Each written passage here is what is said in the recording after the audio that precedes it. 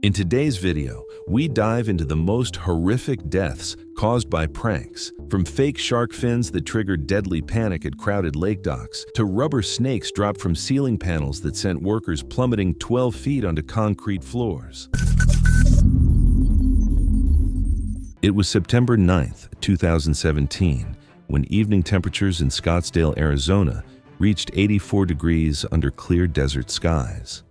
The backyard pool area faced west, allowing the setting sun to reflect off the water's surface at approximately 78 degrees. Sofia Martinez, a 20-year-old waitress, was attending her first house party at the home of wealthy classmate Camilla Stone.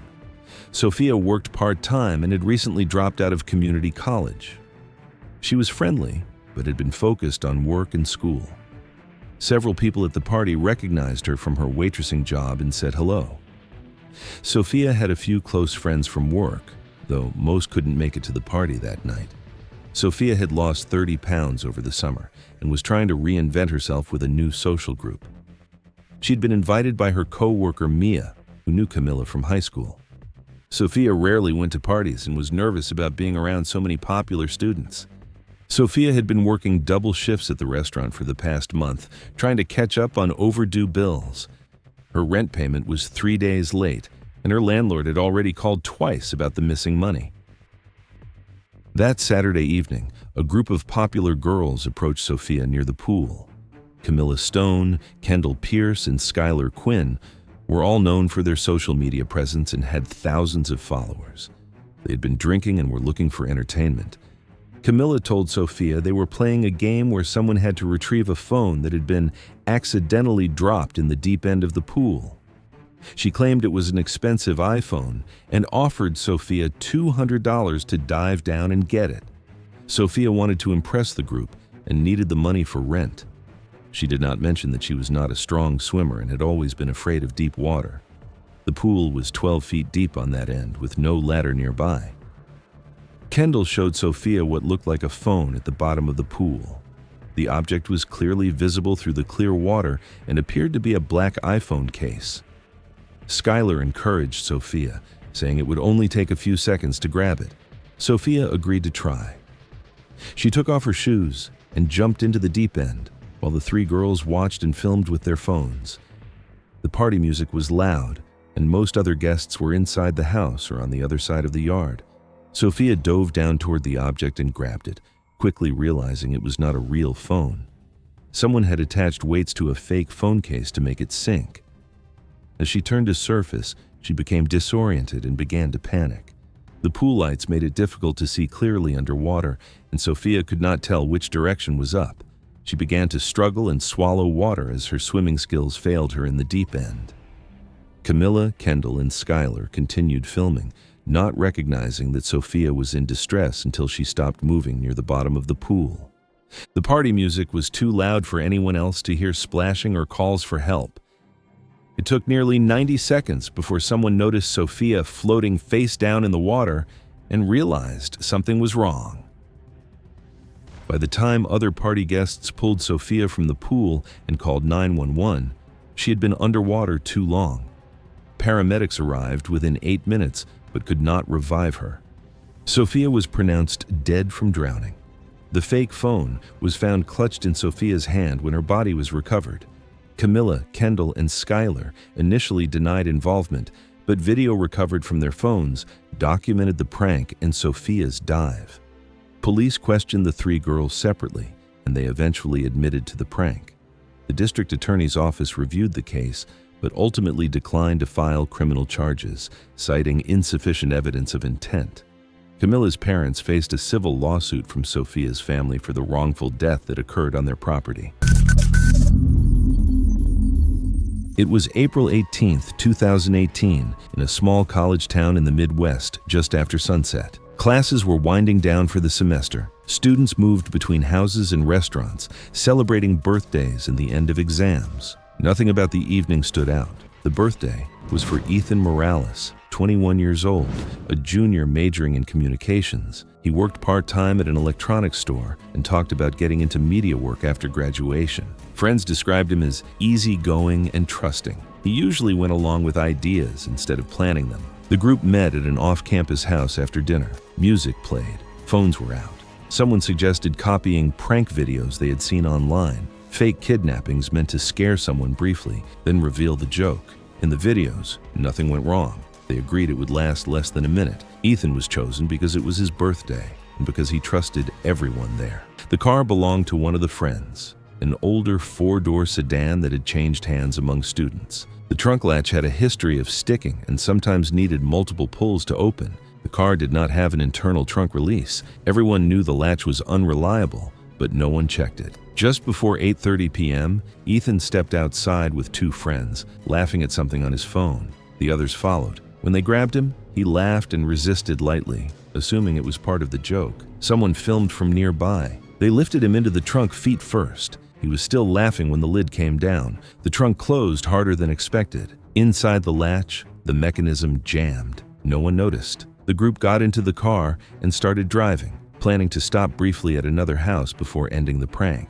Music was playing and the windows were up. Inside the trunk, the space was dark and cramped. Airflow was limited. As Ethan's breathing sped up from panic, carbon dioxide built up quickly, making each breath less effective. The metal enclosure trapped heat, raising his body temperature. He began yelling and pounding on the lid. The sound did not carry into the car. As minutes passed, his movements weakened. Panic and rapid breathing made the air worse faster. Heat stress set in. His coordination failed. He clawed at the inside of the trunk near the latch, leaving scratch marks and tearing the lining. Nearly an hour passed while the car remained parked and the group stayed inside, distracted and unaware of what was happening in the trunk. When they finally returned to the car, the noise from the trunk had stopped. Someone commented that it didn't sound funny anymore. They pulled over and rushed to the trunk. The latch stuck again. After repeated attempts, it finally opened. A rush of trapped hot air came out. Ethan was curled on his side, soaked in sweat. His lips were bluish. He did not respond. They pulled him out and began CPR, while emergency services were contacted. Paramedics arrived and took over care, but it did not help. Ethan was pronounced dead at the scene. The autopsy determined the cause of death was hyperthermia, with associated hypoxia due to trunk confinement. The medical examiner noted a dangerously high core body temperature, fluid in the lungs, and signs of acute respiratory distress. The scratch marks and nail damage inside the trunk confirmed he had been conscious and trying to escape. The death was ruled accidental. No one was charged with homicide. Investigators found no intent to harm. The car was seized, and photos of the trunk were included in the final report to show how quickly conditions could become fatal. Friends later gave statements. Several said the same thing. They thought it would be funny. They thought they had time, and they believed someone would notice if it went wrong. The car was later scrapped. It never returned to the road. Investigators described it as a physical reminder of how quickly a prank can become lethal, not through violence, but through heat and minutes that no one was counting. It was July 3rd, 2017, in a rural Missouri backyard as neighbors gathered for early Independence Day celebrations. The evening was warm and still under clear skies. A spacious yard stretched 50 feet to a wooden fence, while barbecue smoke drifted through the air and distant fireworks echoed nearby. 16-year-old Della Clunt had arrived at the gathering after finishing her summer job at a local retail store.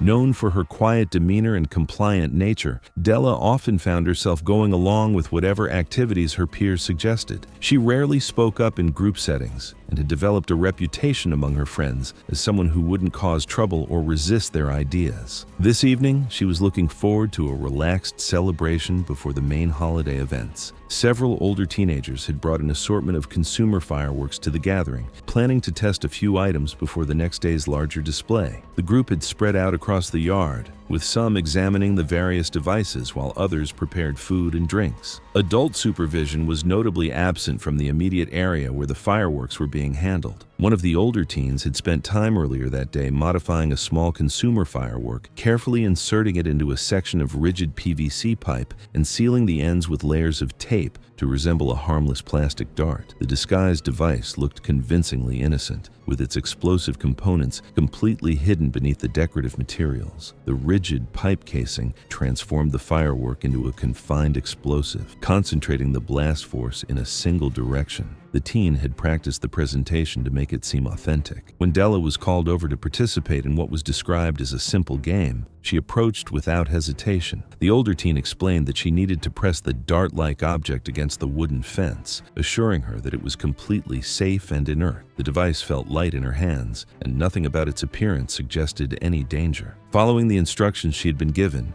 Della positioned herself near the fence and pressed the disguised firework against the wooden surface. A concealed ignition fuse ignited the confined firework charge as she pressed the device into place, causing it to detonate less than 12 inches from her torso. The PVC casing directed the explosion's full force outward in a concentrated blast, sending shrapnel and debris directly into her chest and neck area. The close proximity and confinement of the detonation meant that the explosive energy was focused on her upper body with devastating effect. Della collapsed immediately, the catastrophic injuries proving fatal within moments. Other teens in the yard rushed to her location, but the severity of the blast injuries made any rescue attempts futile. Emergency services were called, but responders confirmed that Della had died before they arrived at the scene. Fire officials and law enforcement who investigated the incident quickly identified the device as a modified consumer firework that had been deliberately disguised and confined within PVC pipe. The explosive components were consistent with legal fireworks available for purchase, but the pipe casing created what investigators classified as a destructive device. One of the older teens admitted during questioning that the prank had involved intentional deception about the device's true nature. Charges were filed for involuntary manslaughter, unlawful use of a destructive device, and reckless endangerment. Investigators confirmed the blast directly caused Della's death and that she had been deliberately misled. The case closed at the county level, with officials warning about modified fireworks. Evidence and witnesses verified the fatal sequence.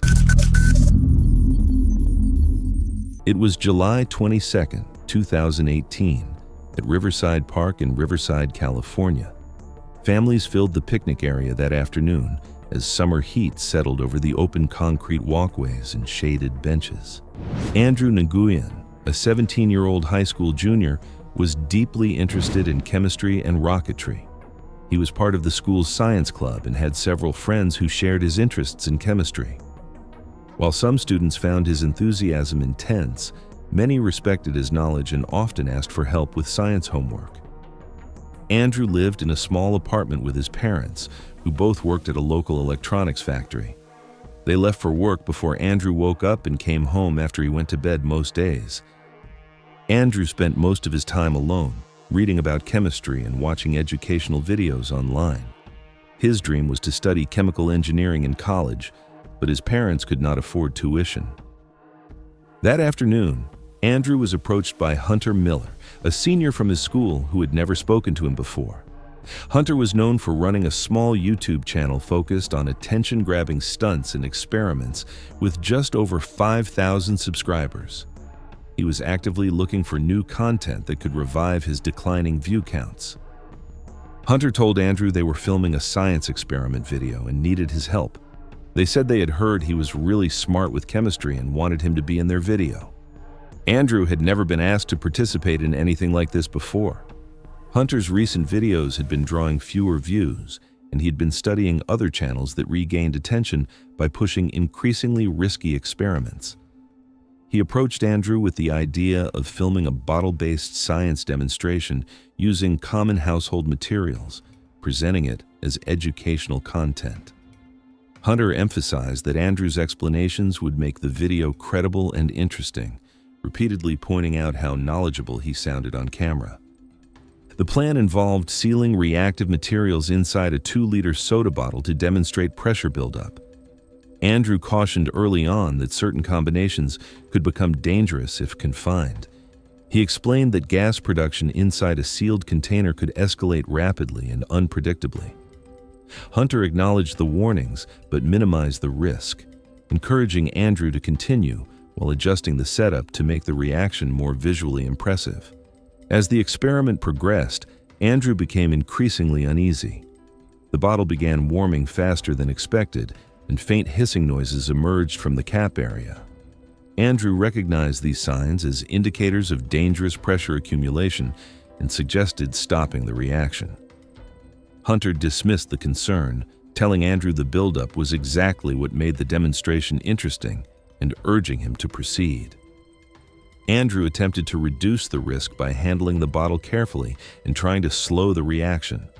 The internal pressure continued increasing, driven by gas production inside the sealed container. The plastic walls of the bottle began to deform slightly under stress. Andrew warned again that the bottle could fail without warning and suggested stepping back to create distance.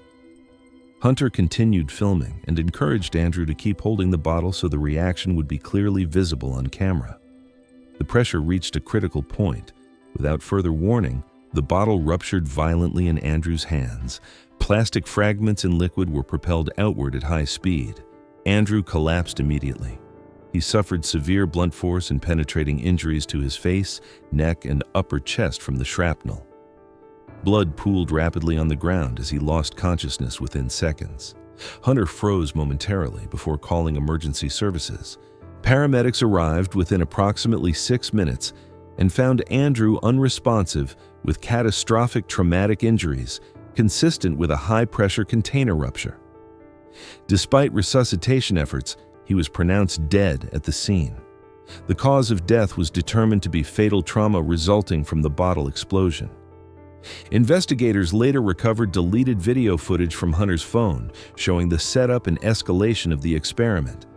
The footage documented Andrew's repeated warnings and Hunter's encouragement to continue for the sake of the video. Hunter was charged in juvenile court with involuntary manslaughter. He received a sentence of detention until the age of 21, the maximum allowed under juvenile sentencing guidelines. It was October 31st, 2017, in a college dormitory kitchen in Portland, Oregon. Halloween night had brought temperatures down to 45 degrees, and students throughout the building were preparing for costume parties and celebrations.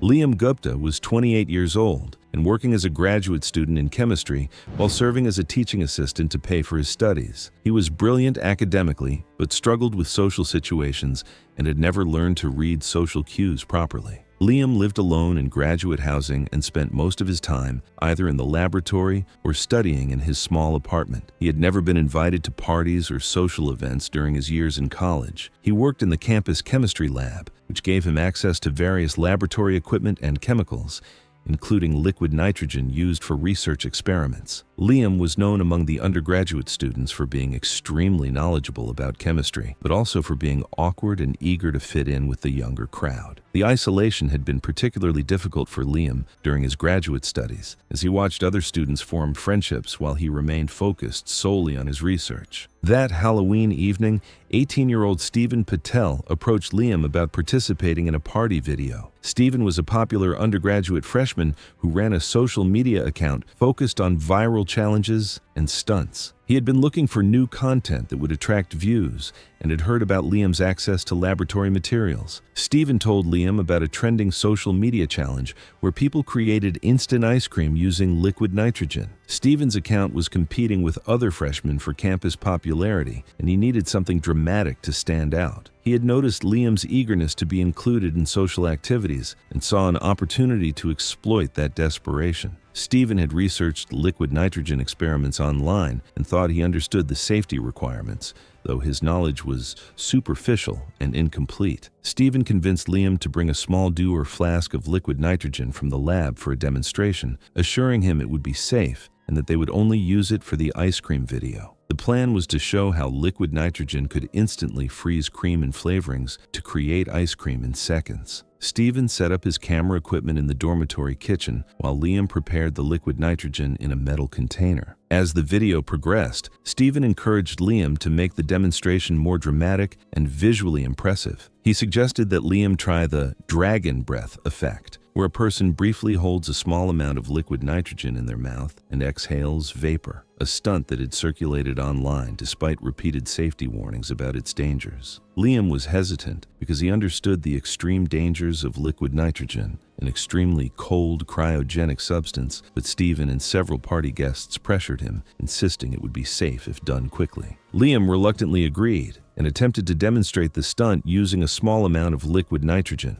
During the process, some of the liquid was accidentally swallowed. Inside his stomach, the liquid nitrogen rapidly expanded into gas, causing severe internal pressure and tearing. Liam doubled over in pain, dropped the container, and collapsed to the kitchen floor as he went into medical shock. Several party guests witnessed his collapse and called 911. Emergency medical services arrived within minutes and transported Liam to the hospital. Despite emergency intervention, his condition deteriorated rapidly due to internal injuries. He was pronounced dead shortly after arrival. The coroner determined that Liam died from internal injuries caused by rapid gas expansion following the ingestion of liquid nitrogen, leading to catastrophic internal trauma and shock. Stephen initially claimed that Liam had volunteered to try the stunt on his own, but video evidence and witness statements showed Stephen encouraging and pressuring Liam throughout the incident. The university conducted an internal investigation and found that Stephen had violated campus safety policies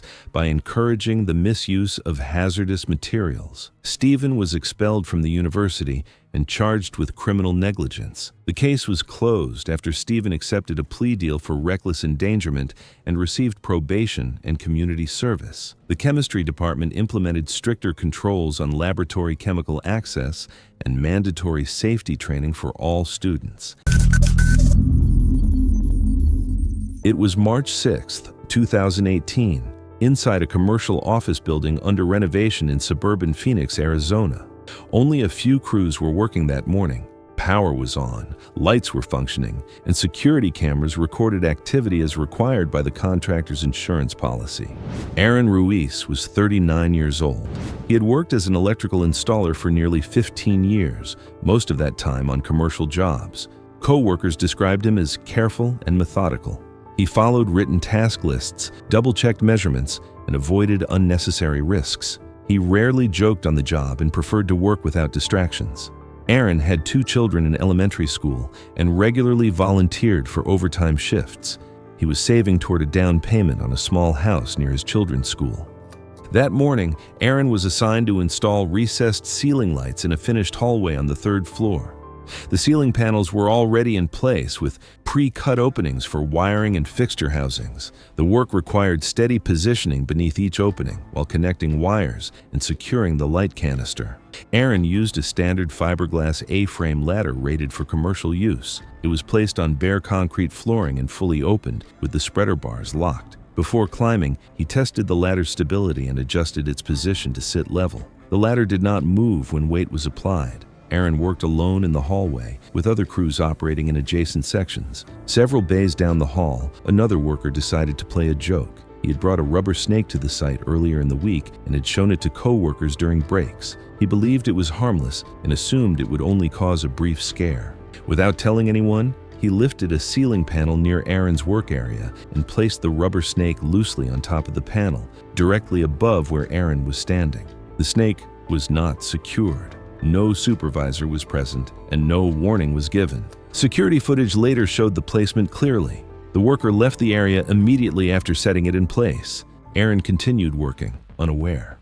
He climbed the ladder and raised both arms to align the wiring inside the ceiling opening. As he adjusted the fixture housing, his shoulder pressed lightly against the ceiling panel above him. The panel shifted slightly under the pressure. That movement was enough. The rubber snake slid off the panel and dropped straight down through the opening. The object struck Aaron across the upper chest and neck and brushed his face as it fell. The contact was sudden and unexpected.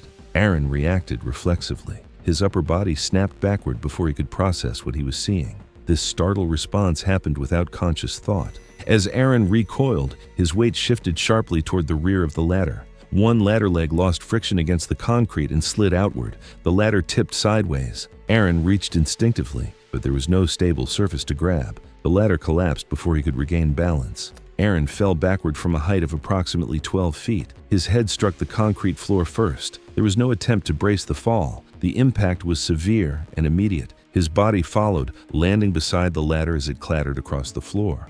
Aaron did not move. The rubber snake landed several feet away, fully visible on the ground. Nearby workers approached but did not touch him. Aaron was unresponsive with no purposeful movement. Blood pooled beneath his head. The ladder remained on its side next to him. Emergency services were contacted. Paramedics arrived within minutes and assessed Aaron at the scene.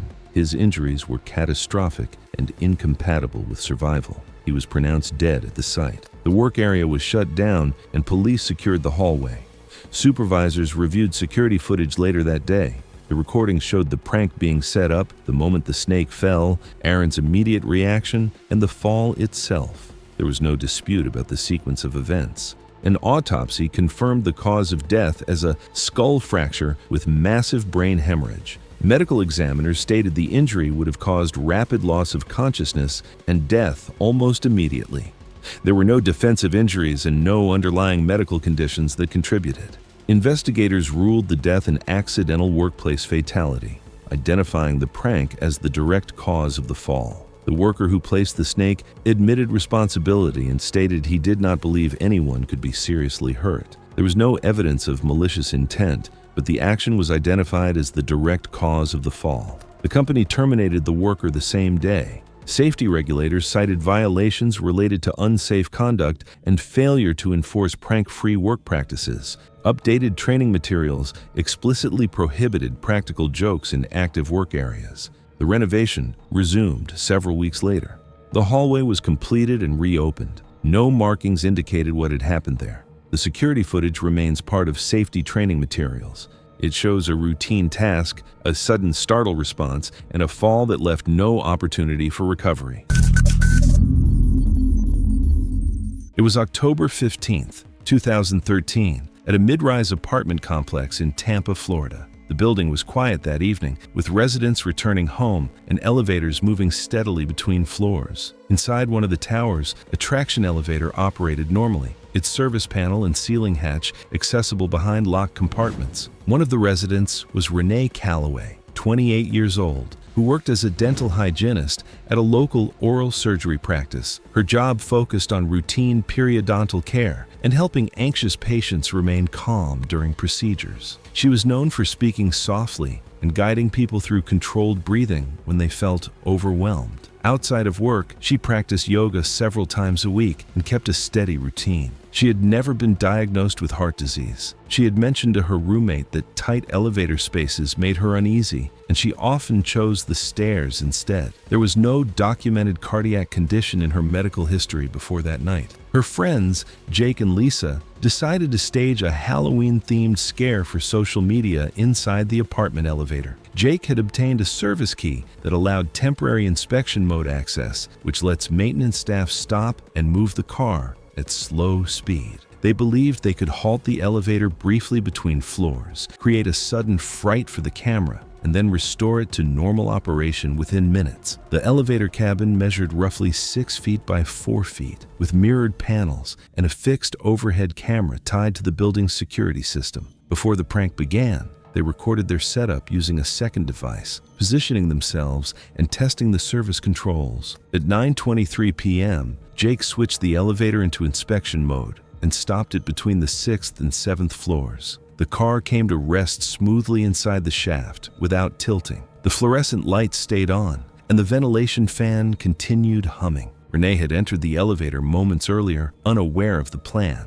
When the car stopped unexpectedly, she pressed the emergency call button and stood near the rear wall. The internal security camera continued recording from above, documenting the confined space and her movement. Before any outside response could come through the intercom, Lisa pushed open the ceiling hatch from above. She lowered herself through the opening wearing a mask and dropped into the cabin directly in front of Renee. The recording shows Renee recoil sharply, her back striking the wall. She did not attempt to push past or shield herself. She slid down along the mirrored panel and collapsed onto the floor. Within seconds, her body displayed brief, irregular movements that lasted less than 15 seconds. She then lay still. Jake immediately returned the elevator to normal mode and brought it to the 7th floor. Emergency services were called without delay. CPR was started in the hallway once the doors opened. Responders arrived within minutes and initiated advanced resuscitation measures, including defibrillation and airway support. Despite repeated attempts to restore a heartbeat, there was no sustained rhythm. She was transported for further care, but was later pronounced dead at a nearby hospital. The autopsy concluded that the cause of death was sudden cardiac arrest due to ventricular fibrillation. Examination identified mild mitral valve prolapse, a structural variation in the heart that can increase vulnerability to dangerous rhythm disturbances during intense stress. There were no signs of blunt trauma contributing to her death, and toxicology tests were negative. In practical terms, the sudden surge of adrenaline triggered a fatal disruption in the heart's electrical system, preventing it from pumping blood. Both friends were later charged with involuntary manslaughter for reckless conduct. Following the incident, the apartment complex installed tamper-resistant service controls and secured ceiling hatches to prevent unauthorized access. Renee's family established a continuing education fund in her name to support dental professionals in patient anxiety management and emergency awareness training. It was September 14, 2017, at a community center in Fresno, California. The evening shift had just begun, leaving the building mostly empty except for a few staff members finishing their daily tasks. Linda Patterson was 47 and worked part-time as a receptionist at the Riverside Community Center. Divorced and living alone, she kept a quiet routine centered around work. She managed high blood pressure and mild asthma, which made exertion difficult and heightened her anxiety during emergencies. Visitors generally knew her as kind and reliable, though some younger gym members dismissed her or made quiet remarks about her appearance. The center was an aging building with frequent repairs, and Linda was familiar with its safety restrictions. Naturally cautious and rule-oriented, she tended to trust urgent warnings from people she believed knew the building well. That Thursday evening, Linda was working the front desk alone when 22-year-old Derek Stone approached her. A regular gym patron, Derek had mocked her to friends for weeks and had overheard her mention a fear of fires. Hoping to film a panicked reaction for social media, he chose the evening shift because Linda was usually alone and had already noticed ongoing construction he could exploit for the prank. The stairwell had been closed for weeks due to ongoing repairs. Bright orange barricades, caution tape, and multiple warning signs blocked the entrance, indicating that the area was restricted and unsafe due to construction. Derek, determined to make his prank more dramatic, moved the barricade aside and cut through the caution tape earlier that day, creating a narrow opening just large enough for someone to pass through. He knew the area was off-limits and that the drop was dangerous, but assumed Linda would stop before anything serious happened. Derek told Linda there was a strong smell of gas coming from the main building and that she needed to evacuate immediately through the back emergency exit.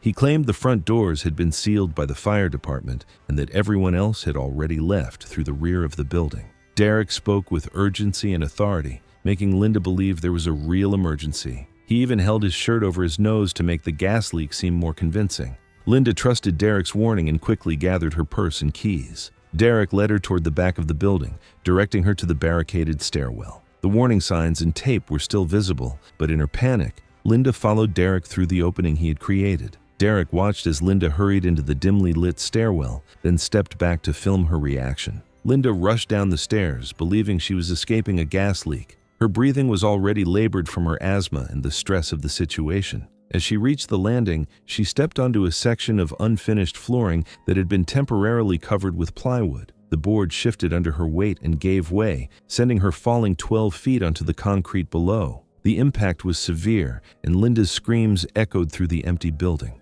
A maintenance worker in the parking lot heard the crash and rushed inside to find Linda unconscious at the bottom of the construction area.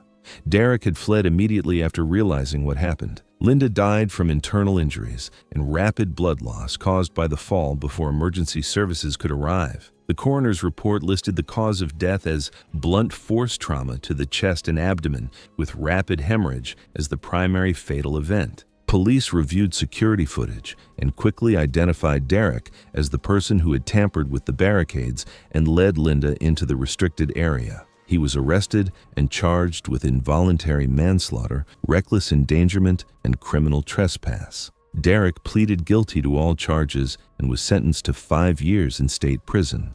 The case was officially closed after the sentencing, with the community center implementing stricter safety protocols and staff training to prevent similar incidents in the future.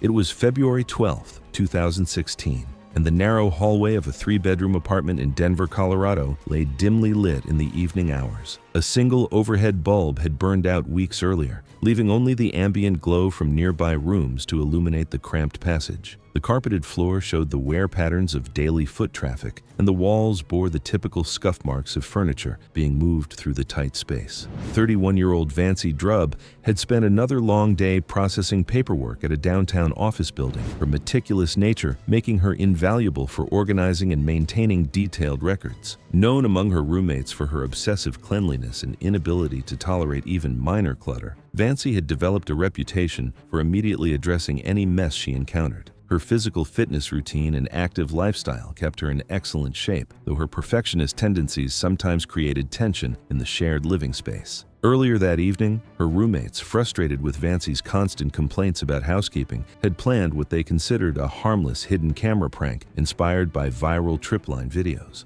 They strung clear high-tensile fishing line across the hallway at ankle height, roughly 8 inches above the floor, and positioned several pillows just beyond the nearly invisible barrier to cushion what they expected would be a minor stumble. To ensure the prank looked authentic, they carefully angled the cameras to capture her face, unaware of how quickly events could spiral out of control. The lighting worked in their favor. With the overhead bulb out and only indirect illumination filtering from adjacent rooms, the transparent line became virtually impossible to detect. Phones were set near door frames, ready to capture what they anticipated would be an embarrassing but harmless fall. Vancy returned home, carrying a 45-pound glass-top side table she had purchased from a coworker. The piece, featuring a heavy metal frame supporting a large, thick annealed decorative glass surface, completely blocked her view of the floor as she navigated the familiar hallway. The weight distribution made the item awkward to carry, requiring her to hold it at chest level to maintain balance. Her fingers gripped the metal edge tightly as she took careful steps, unaware of the hazard ahead. The fishing line caught both of her ankles simultaneously,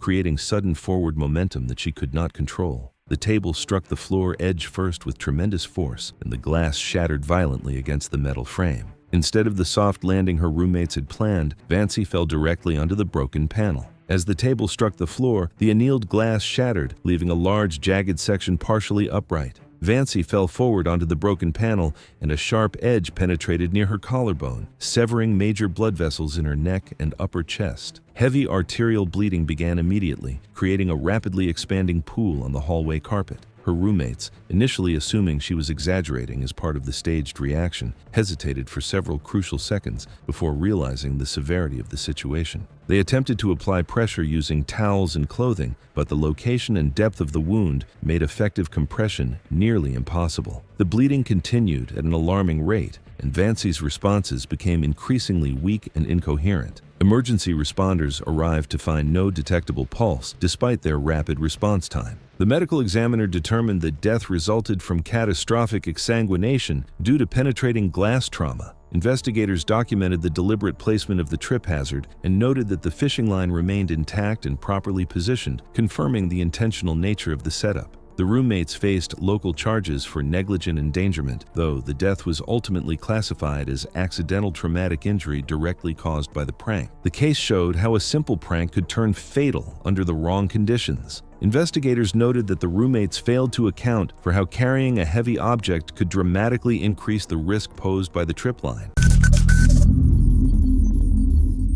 It was August 15, 2016, at an auto repair garage in Phoenix, Arizona.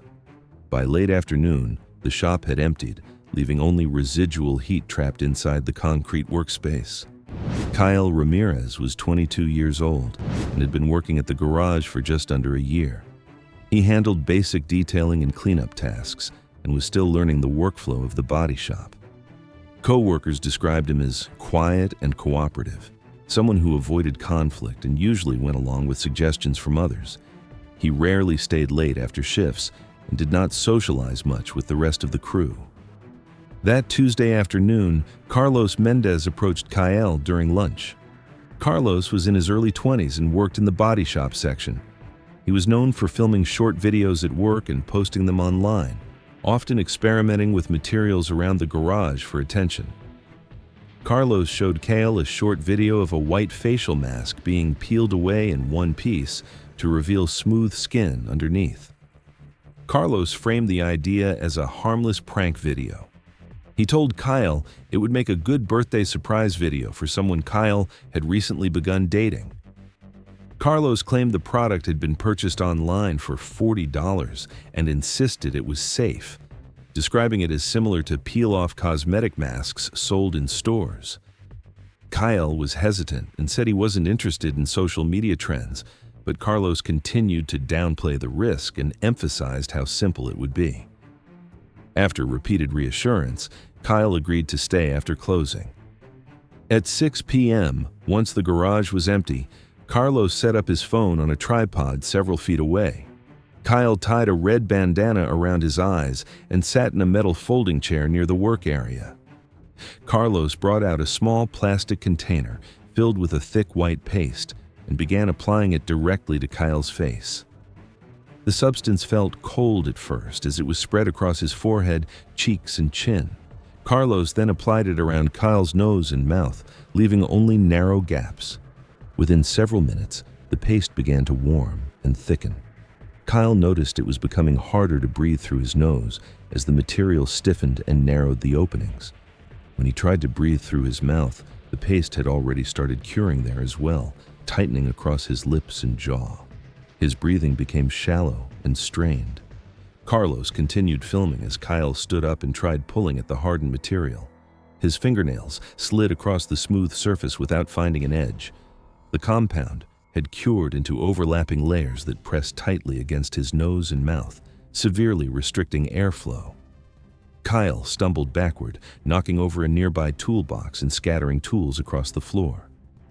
As Kyle's movements became uncoordinated, Carlos finally moved closer and attempted to peel the material away. The hardened shell cracked unevenly and resisted separation. The compound had cured faster than expected, forming a rigid seal that could not be removed by hand. Kyle collapsed to his knees as his breathing slowed and became irregular. Emergency services were contacted after several failed attempts to break the mask apart. Paramedics arrived approximately 12 minutes later and found Kyle unresponsive. He was transported to the hospital where the mask was fully removed. Imaging later confirmed severe hypoxic brain injury caused by prolonged oxygen deprivation. Kyle died 3 days later without regaining consciousness. The investigation determined that Carlos had used automotive body filler mixed with a hardening agent, not a cosmetic product. Phone footage recovered from Carlos's device documented the setup and application of the compound. Carlos Mendez was charged with involuntary manslaughter and later sentenced to 6 years in prison. It was January 2018. And the Colorado winter had settled over the residential neighborhoods with its characteristic bite. Snow covered the ground in a thin layer, and temperatures hovered near 20 degrees Fahrenheit as evening approached. The detached garage of a modest rental home sat approximately 30 feet from the main house, its single-car structure measuring roughly 12 by 20 feet. The building had no windows and only one entrance, with an overhead door that could be operated manually. 34-year-old Hollis Brunt had spent the day working on automotive projects, a hobby that had consumed much of his free time since moving to Colorado. Known for his meticulous attention to detail and non-confrontational personality, Hollis rarely engaged in arguments or risky behavior. His friends appreciated his calm demeanor and his willingness to help with mechanical problems, though he typically avoided situations that might lead to conflict. A small group of friends had gathered at the rental property for what was intended to be a casual winter evening. The main house felt cramped with several people present, so the group had decided to move their gathering into the detached garage, where a space heater provided some relief from the cold. The garage contained basic automotive tools and equipment, along with a sedan that Hollis had been restoring over the past few months. One of the friends had conceived what he considered a harmless prank involving the vehicle in the garage. The plan was simple, but relied on creating a sense of panic or confusion among the group. The friend had noticed that the garage door could be easily lowered and that the space would become quite enclosed once sealed. No carbon monoxide detector had been installed in the structure. As the evening progressed and the group settled into the garage space, the friend implementing the prank made his move.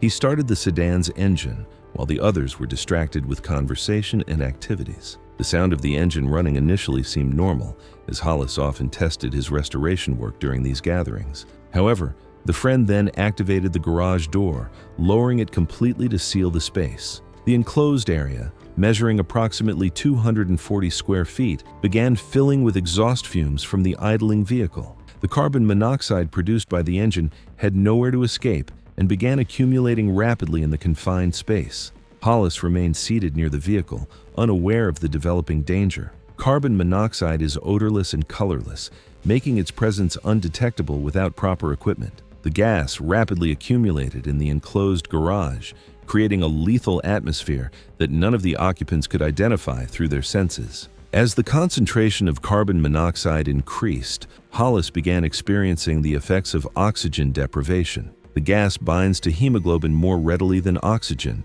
preventing his blood from carrying adequate oxygen to vital organs. Within a relatively short period of continued exposure, he collapsed and lost consciousness.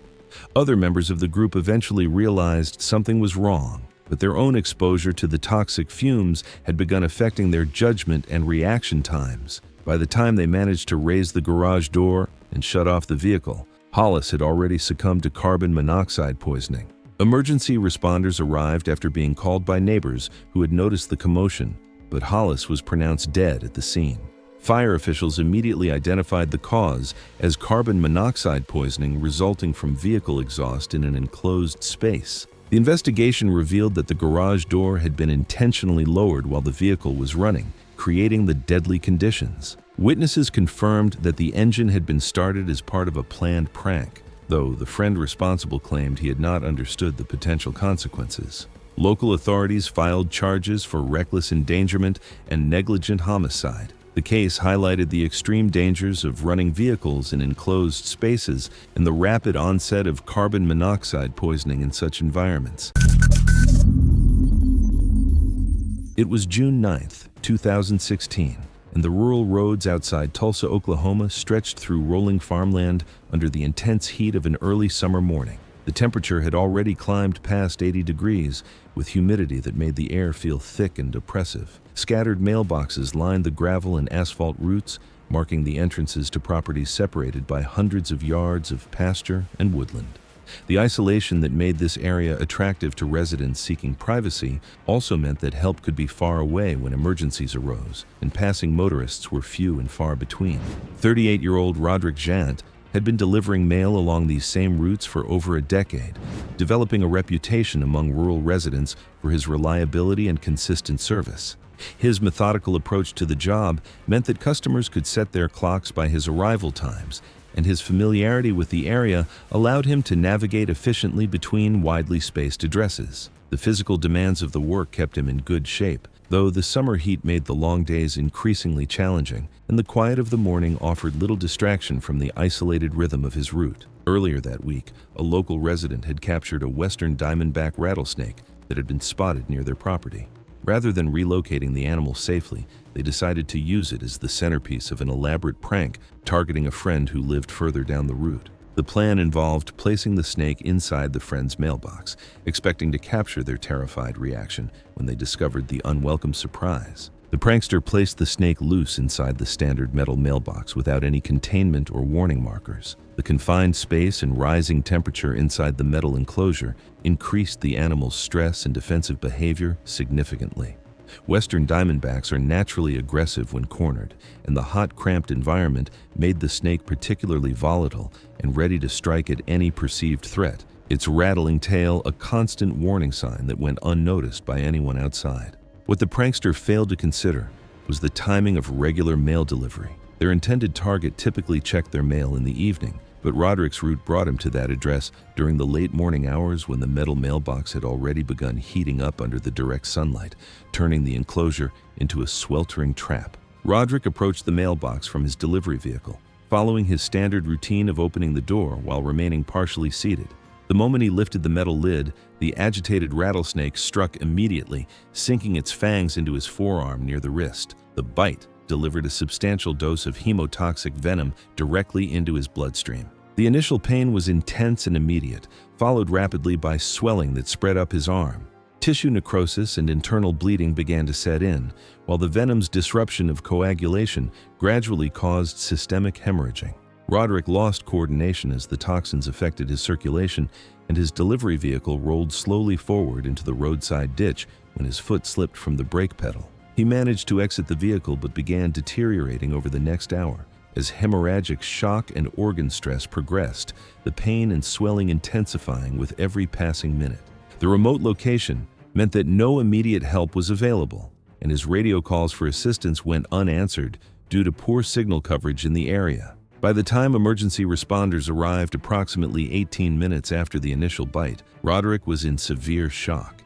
He was transported to the hospital where antivenom was administered, but the delay and intensity of the hemotoxic effects had already triggered coagulopathy, multi-organ failure, and extensive tissue damage. Despite aggressive treatment, the complications proved fatal hours after the bite. Investigators identified the prankster through interviews with neighbors who had witnessed the snake capture. The individual faced charges for wildlife violations and reckless endangerment, though local prosecutors noted the difficulty of proving intent to harm the mail carrier specifically. Authorities emphasized the predictable danger of placing a venomous animal in a location where unsuspecting people would encounter it. The case demonstrated how pranks involving dangerous wildlife could have fatal consequences for unintended victims. What began as a misguided attempt to frighten a friend ended with the death of an innocent man simply doing his job, and a quiet rural route became the scene of a preventable tragedy. It was July 19, 2018, at a public lake in Madison, Wisconsin, during a hot summer afternoon. The shoreline was crowded with weekend visitors. Near the dock, the water appeared calm and shallow, but algae, shadows, and uneven depth created sudden drop-offs where boats tied up. Alyssa Morgan was 32 years old. She worked as a marketing coordinator for a regional retail chain and had moved to Madison a few years earlier. Friends described her as social and careful. She could not swim. She avoided swimming entirely and stayed only where she believed her feet could touch the bottom. The people with her knew this. That afternoon, Alyssa stayed close to the dock, sitting in a large inner tube with her arms resting on the sides. From the dock, friends talked with her while their legs hung in the water. Several people recorded short phone clips, nothing staged or planned. Earlier that week, a friend had bought a novelty inflatable shaped like a shark fin. It was small, black, and rigid enough to stay upright in the water. Someone suggested using it to scare Alyssa as a joke. There was no detailed planning. The assumption was that she would react, realize it was fake, and laugh. One person slipped quietly into the water behind her, keeping low and out of view. Alyssa was facing the dock, focused on the people above her, and did not notice the movement behind her. The inflatable fin was held just beneath the surface, then eased forward so it broke the water slowly, angled toward her legs in a way that suggested motion. When Alyssa noticed the shape, she reacted immediately. She did not pause to assess what she was seeing. The sudden appearance triggered fear, and her response was instinctive rather than planned. Instead of swimming away, Alyssa tried to pull herself up onto the inner tube. Her arms pressed down unevenly on the sides. The tube rolled under her shifting weight. She lost balance and slid off the side, reaching toward the dock as she fell. Her hand missed the edge. As she dropped, her head struck the rigid wooden underside of the dock. The impact was direct and forceful. She lost consciousness immediately. Her body fell face down into the water beside the dock, partly under the structure where the light was limited and visibility was poor. For several seconds, it was unclear what had happened. Then it became apparent she was not moving or resurfacing. People nearby entered the water and pulled her out from beside the dock and up onto the planks. When Alyssa was removed from the lake, she was unresponsive. CPR was started on the dock. Emergency services arrived and continued treatment, but she never regained consciousness. She was pronounced dead later that day. The medical examiner ruled the cause of death as blunt head trauma followed by drowning. The head injury caused immediate loss of consciousness. Water found deep in the lungs confirmed she inhaled water after submersion. Investigators reviewed phone footage, which showed the inflatable fin approaching and Alyssa's sudden panic. The prank was identified as the trigger. No criminal charges were filed. Authorities classified the death as an accidental drowning resulting from a prank. The inflatable was documented and referenced in the investigative report, and the footage was included in the official report. Friends later stated the hardest part to accept was how little time it took. The water appeared safe. Help was nearby. The panic lasted only seconds. It was March 18, 2017, Evening temperatures in Detroit, Michigan dropped to 34 degrees under overcast skies. At an abandoned warehouse on the city's east side, the concrete interior had chilled to approximately 28 degrees. Jennifer Walsh, a 22-year-old single mother, was working the night shift at a 24-hour gas station. She had been doing this job for 8 months to support her daughter, Lily. Jennifer was quiet and kept to herself. She had no car and took 2 buses to get to work each night. That Saturday evening, Jennifer's cousin Kyle Walsh showed up at the gas station with 2 of his friends, Trevor and Devin. Kyle was 24 and worked construction when he could find jobs. He had always thought Jennifer was too trusting and easy to fool. Kyle had been unemployed for 3 weeks and was facing eviction from his apartment. The week before, he had asked Jennifer for a loan, but she refused, saying she could barely afford her own expenses. Kyle described the idea as a viral trustfall challenge meant for social media, claiming it would attract attention and views. Jennifer had little experience with online trends, and Kyle framed the video as a way for her to be noticed. The plan involved Jennifer standing on a platform roughly 12 feet high and falling backward, trusting Kyle and his friends to break the fall with mattresses placed below. Jennifer was hesitant and uncomfortable with heights, and the setup sounded risky. Kyle continued to pressure her, presenting the challenge as harmless and popular, with Trevor and Devin reinforcing that similar videos routinely gained traction online. After her shift ended at 11 p.m., Jennifer agreed to participate. The 3 men drove her about 15 minutes to an abandoned warehouse on the city's east side. Inside, Kyle showed her an old loading dock platform used years earlier for trucks, with several worn mattresses and cushions arranged on the concrete floor below, assuring her the setup was safe. Kyle positioned Trevor and Devin with their phones to film from different angles. He said they needed multiple camera views to make the video more dramatic. Jennifer climbed up onto the platform using a rusty metal ladder. The warehouse was filled with construction debris and broken glass scattered across the concrete floor. Jennifer could see that the mattresses below were visibly moldy and torn. The setup looked inadequate for such a height, but Kyle assured her it would be fine. Kyle told Jennifer to stand at the edge of the platform with her back to the drop. He said she needed to fall straight back and trust that they would catch her. As Jennifer prepared to fall, Kyle adjusted the placement of the mattresses to reposition the camera framing, reducing the padding beneath part of the drop zone. Jennifer fell backward as instructed, missed part of the padding below, and struck the concrete floor head first while her legs landed on the edge of one mattress. Jennifer lost consciousness immediately upon impact. Kyle, Trevor, and Devin rushed over, but Jennifer was unresponsive with visible head trauma. Trevor called 911 while Kyle attempted to reposition the mattresses. Paramedics arrived within 8 minutes and found Jennifer unresponsive with severe head trauma. She was pronounced dead at the scene from severe traumatic brain injury caused by the 12-foot fall onto concrete. Police recovered video footage from all 3 phones showing Kyle adjusting the safety equipment shortly before Jennifer's fall. Kyle Walsh was charged with involuntary manslaughter and sentenced to 12 years in prison. Trevor and Devin were each charged with reckless endangerment and received 4-year sentences. The medical examiner ruled the death a homicide caused by blunt force trauma from the fall. It was July 23, 2017, at a downtown pedestrian plaza in Atlanta. 4 friends stood near a row of retractable steel bollards embedded flush with the pavement. The hydraulic posts operated on a programmed timer for vehicle control and were designed to stop cars, not monitor pedestrian movement. The target for the prank was Tyler Boone, 19 years old.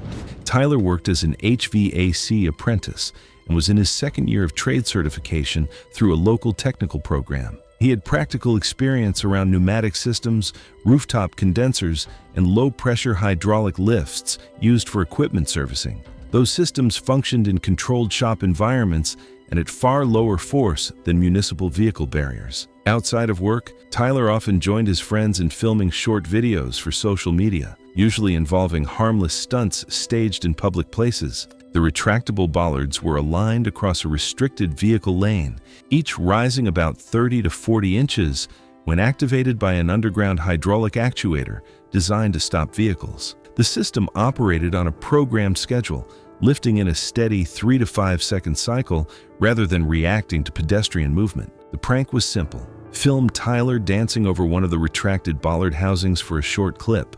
The circular steel collar sat flush with the pavement, and his friends pointed to nearby lowered posts as proof the system was off. Recording began at 8:47 p.m. as music played from a portable speaker and foot traffic moved through the area.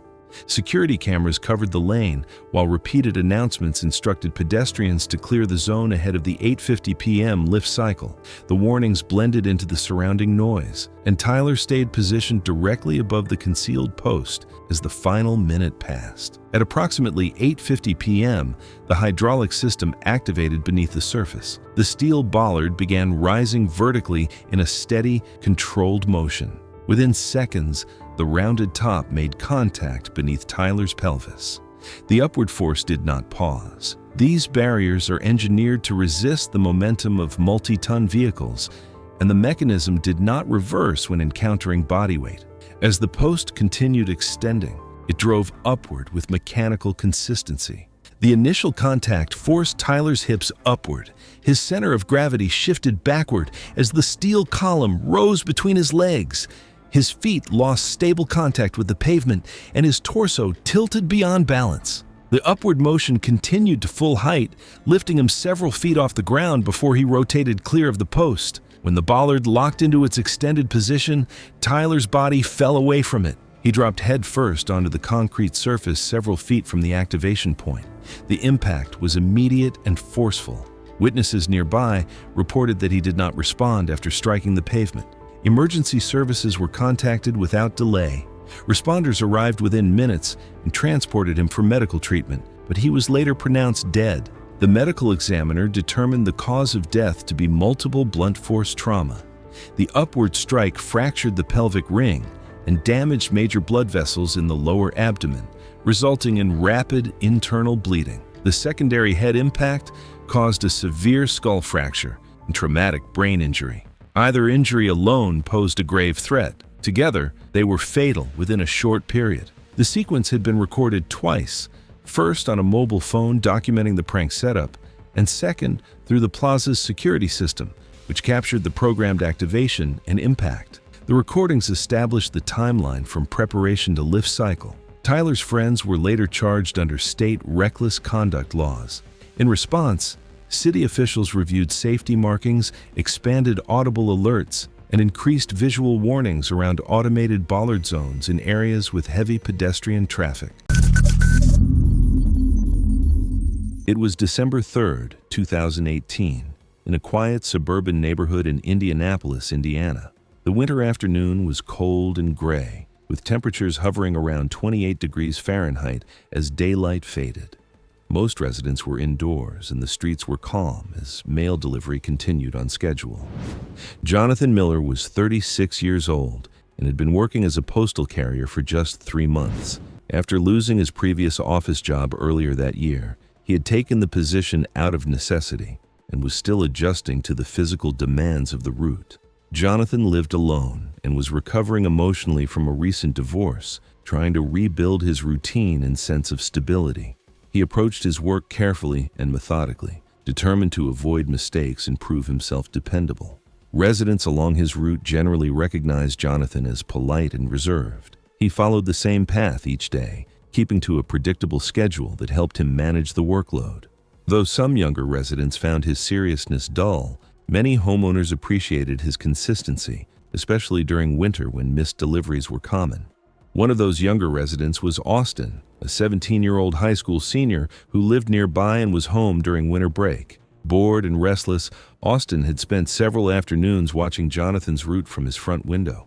He found the postal worker's routine amusing and decided it would be entertaining to scare him for a reaction he could record. Austin had previously experimented with small consumer firecrackers during holidays and believed they were harmless if used briefly and from a distance. Austin chose a mailbox belonging to a neighbor who was away visiting family. He taped several small firecrackers inside the metal box, attaching a simple fuse to the door so they would ignite when it was opened. His intention was to create a loud bang and a burst of smoke, nothing more. Austin positioned himself across the street with his phone, expecting Jonathan to jump back or shout before continuing his route. At approximately 2:30 p.m., Jonathan reached the mailbox. As he opened the door, the firecrackers ignited simultaneously. The confined metal box amplified the noise, producing a sharp blast and a flash that startled Jonathan instantly. The sound echoed down the quiet street, drawing attention from nearby homes. Startled and disoriented, Jonathan recoiled backward.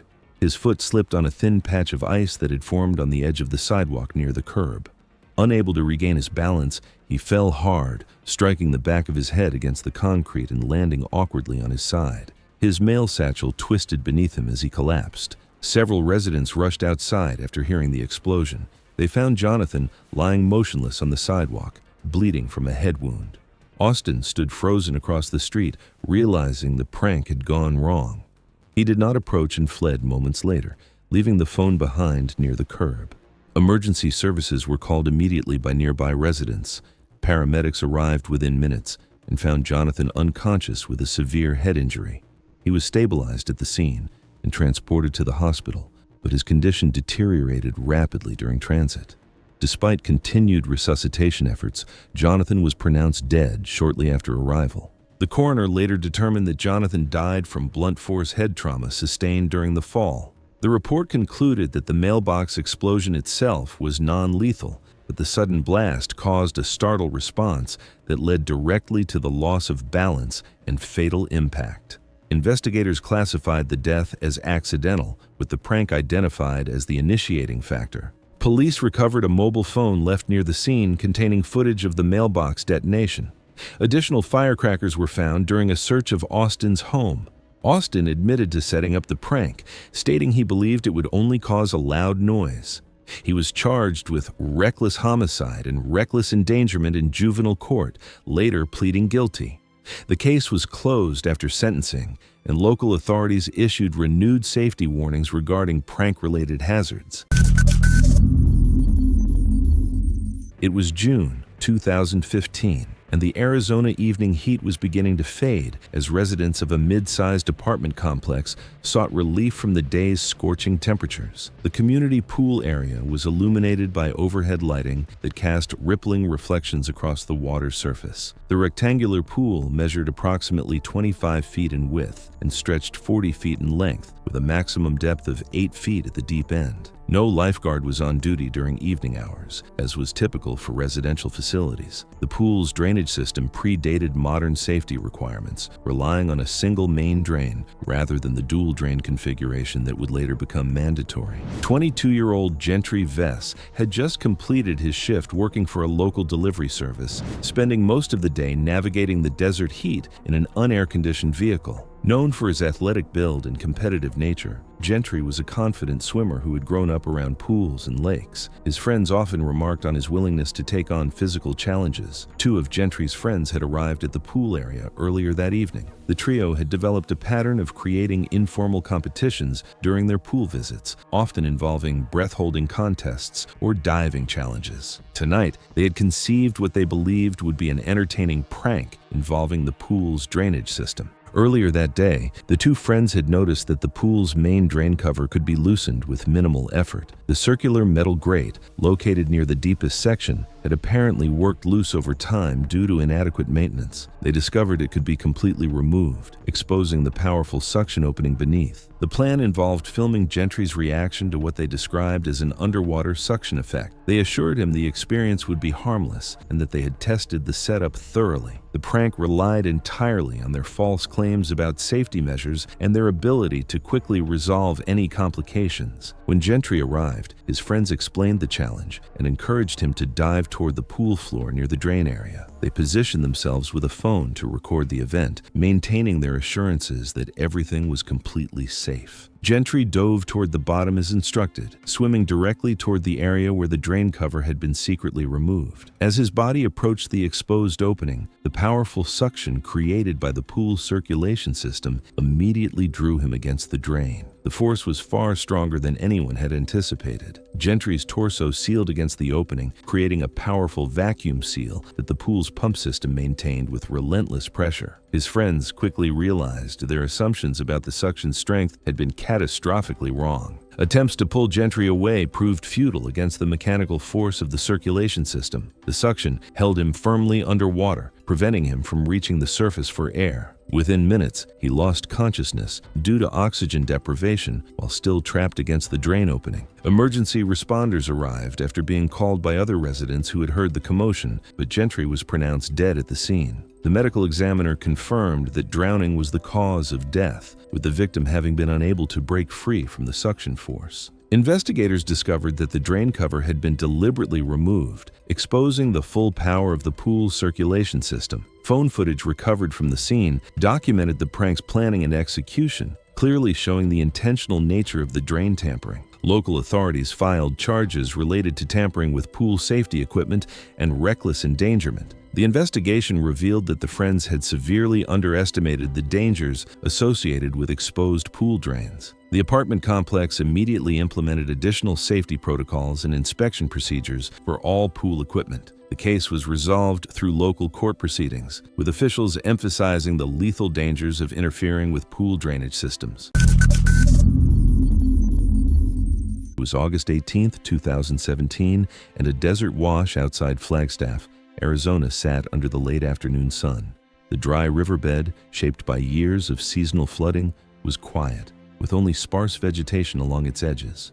Storm activity was building in the surrounding region, but the immediate area remained dry. The hardened soil cracked after months without rain.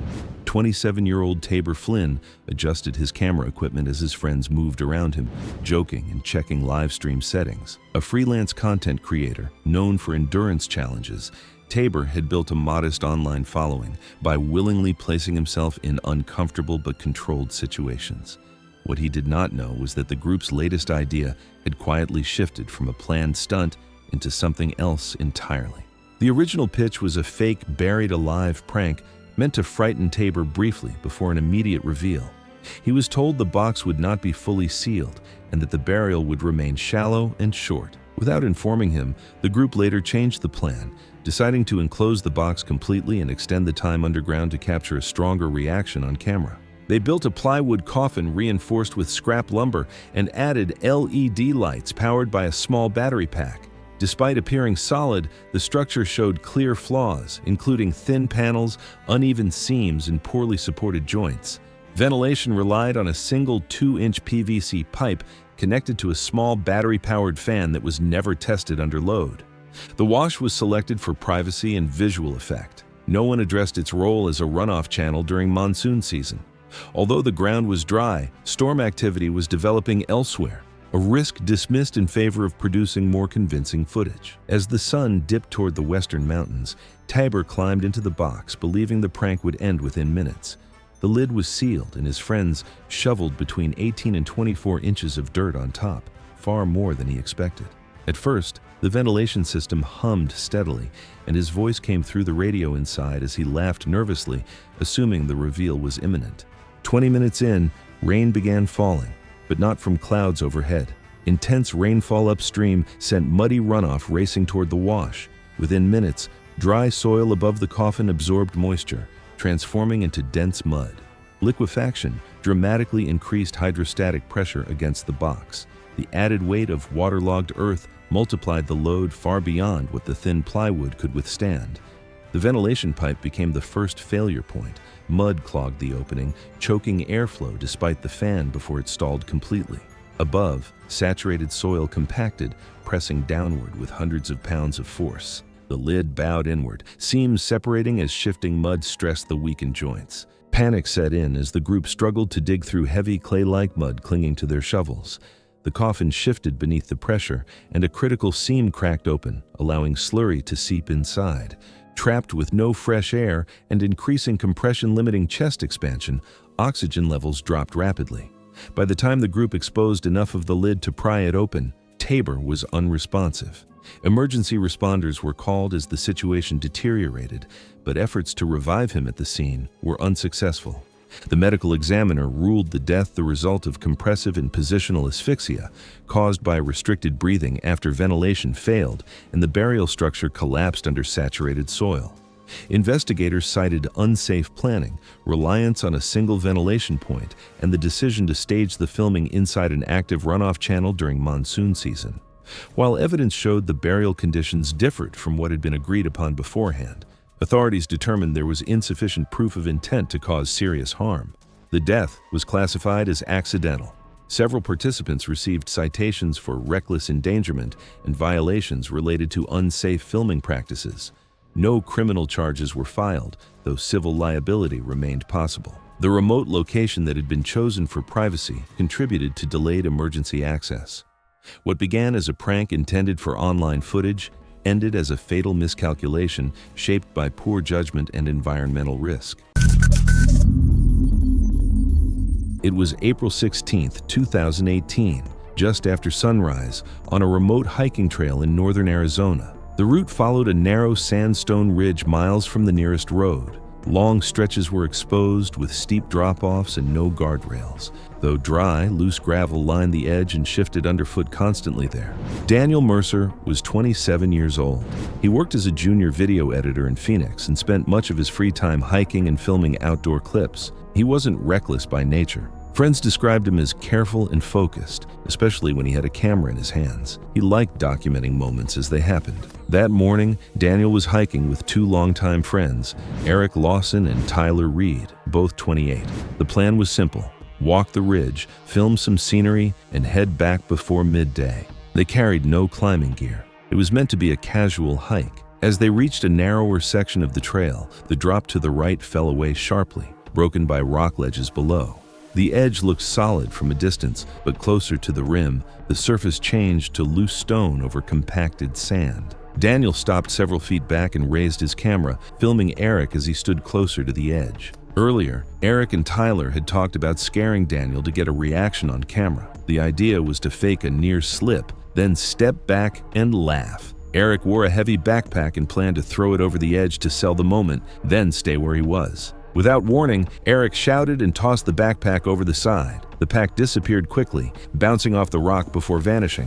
Eric kept his footing and stepped back immediately. Daniel reacted on instinct. The sudden shout and the sight of the falling pack caused Daniel to move forward immediately. He rushed forward, camera still rolling, focused on the edge. He did not stop to check the ground beneath him. His right foot landed on loose gravel near the rim. The stones shifted under his weight. He tried to correct, but his forward momentum carried him past balance. The gravel slid away, and Daniel tipped over the edge. The fall was uncontrolled. He struck the first ledge shoulder first, twisting his body. His head hit next, snapping back. He bounced again, hitting his hip and back, then rolled down a series of sloped rock faces. Each impact slowed him briefly before gravity pulled him farther. The final impact came when his head struck a larger rock outcrop near the base of the cliff. His body slid a short distance and came to rest against broken stone. The camera fell from his hand and landed nearby, still recording. Daniel did not move. Eric and Tyler reached the edge moments later. The terrain below was too steep and unstable for a safe descent. They contacted emergency services and waited at the trail. Rescue teams arrived hours later after hiking in with ropes and technical gear. The terrain slowed access. When responders reached Daniel, he was already dead. His body was secured and lifted out as daylight faded. An autopsy confirmed the cause of death as severe blunt force head trauma. Multiple skull fractures and internal injuries were consistent with repeated impacts during the fall. Investigators ruled the death accidental, noting that the fall occurred after a sudden movement toward the edge and loss of footing on unstable ground. Eric and Tyler turned over their phones and the camera. The footage showed the exact sequence: the thrown backpack, Daniel's forward movement, the slip, and the fall. Authorities found no evidence that Daniel intended to approach the edge closely or take a known risk. No charges were filed. The trail remained open. No barriers were added. The recording was never released publicly. Investigators described the footage as showing how a brief staged scare led to sudden movement near the edge and a fatal loss of footing. It was November 12, 2015, inside a downtown office complex in Cleveland, Ohio. After business hours, the building was largely empty, with only security patrols and overnight cleaning staff moving through its quiet hallways. Kieran Moss, a 24-year-old janitor, was working his usual night shift at the Meridian office complex. He had been doing this job for 6 months to pay off his student loans while studying accounting through online courses. Kieran was quiet and kept to himself. He sent most of his paycheck to his sick mother in Korea. Kieran had no friends at work and rarely spoke to anyone during his shift. He ate his dinner alone in the break room and listened to accounting lectures on his phone while he cleaned. The other employees barely noticed him moving through the building each night. Kieran had been working overtime shifts whenever possible, sometimes staying until 8 a.m. to clean additional floors. He was saving every dollar to bring his sick mother from Korea to the United States for medical treatment. That Thursday evening, 2 security guards decided to play a prank on Kieran. Blaze Cortez and Ryder Stone were both in their 30s and had worked building security for several years. They had been watching Kieran's routine for weeks and knew he always took the elevator to the 8th floor around 10 p.m. to clean the executive offices. Blaze proposed jamming the elevator between floors and leaving Kieran trapped temporarily as a joke. Ryder agreed, saying it would be funny to see how Kieran would react to being trapped.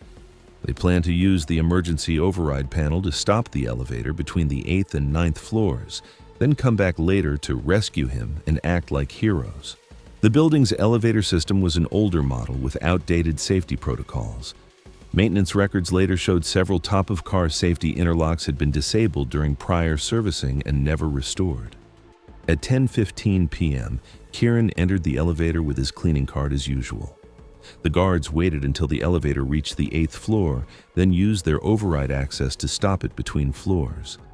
The elevator car was now suspended about 4 feet below the 9th floor landing. Kieran pressed the emergency button and called out, but the guards had turned off their radios temporarily. He did not know the elevator stoppage was intentional and assumed it was a mechanical failure. After 20 minutes of being stuck, believing it was the only way out, Kieran decided to try climbing through the ceiling hatch. The guards heard noise from the elevator shaft, but continued watching on security monitors.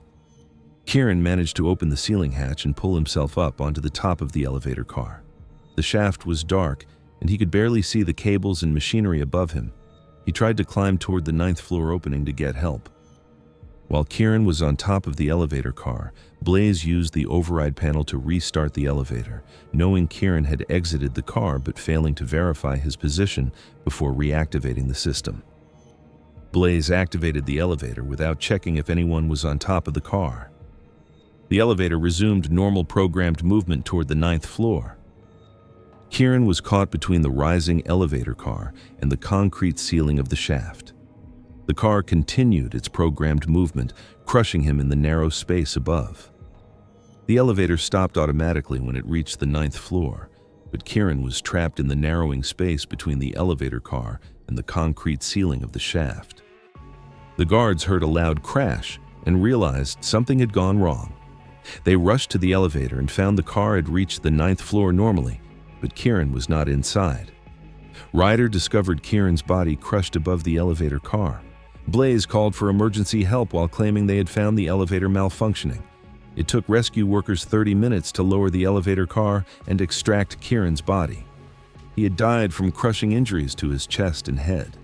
Building maintenance records showed the elevator had been functioning normally before the guards' intervention. Security footage revealed their use of the override system and the restart command that caused Kieran's death. Both guards were charged with involuntary manslaughter. Blaze Cortez received an 8-year prison sentence for reactivating the elevator without verifying Kieran's position. Ryder Stone received 5 years as an accomplice. Building management later faced regulatory penalties and civil action for allowing security personnel unsupervised access to elevator controls and failing to correct known safety deficiencies. It was July 4th, 2016, at an abandoned construction site outside Las Vegas, Nevada. Extreme heat baked the empty site, where only a small cleanup crew was working the holiday shift. Miguel Santos was 34 years old and worked short-term construction jobs wherever labor was available. He shared an apartment with several other workers and sent most of his earnings back to his family. Miguel kept largely to himself and spoke limited English, relying on co-workers to explain tasks and instructions on site. He was known for showing up early, volunteering for extra work, and agreeing quickly when asked for help, even when he did not fully understand the situation. On this job, Miguel was working alongside 3 younger co-workers who were irritated about being scheduled on the holiday. They had spent the morning moving slowly, complaining about the heat and the lack of supervision at the abandoned site. Over time, they had grown frustrated with Miguel's eagerness to work, often teasing him for being overly serious and not catching on to jokes.